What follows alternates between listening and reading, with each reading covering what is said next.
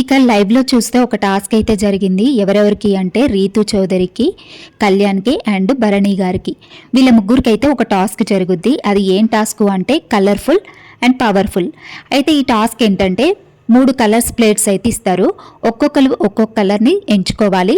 ఆ కలర్ని ఇక్కడ వైట్ కనిపిస్తున్న బోర్డు పైన వాళ్ళ కలర్ని రాయాలి.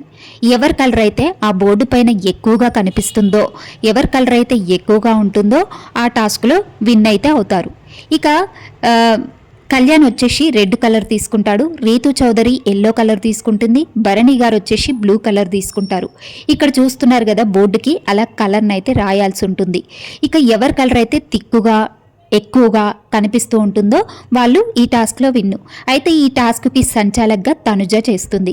ఇక ముగ్గురిని సంచాలక్గా ఎంచుకోమంటే అక్కడ సంజన నేను చేస్తా అని చాలా అడిగింది. కానీ సంచాలక్గా సంజనాకి ఇవ్వకుండా ఇక తనుజకైతే ఇచ్చిరు.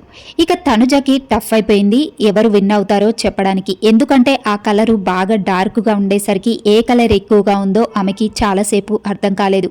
అయితే తర్వాత ఇమాన్యుల్ని అడుగుతుంది. ఇమాన్యుల్ అయితే చెప్తాడు అక్కడ కాస్త రెడ్ అయితే ఎక్కువగా కనిపిస్తుంది తనుజ, అక్కడక్కడ నువ్వు చూసి ఆలోచించు అంటే ఇంకా సంచాలక్గా లాస్ట్ నిర్ణయం తీసుకుంటుంది తనుజ.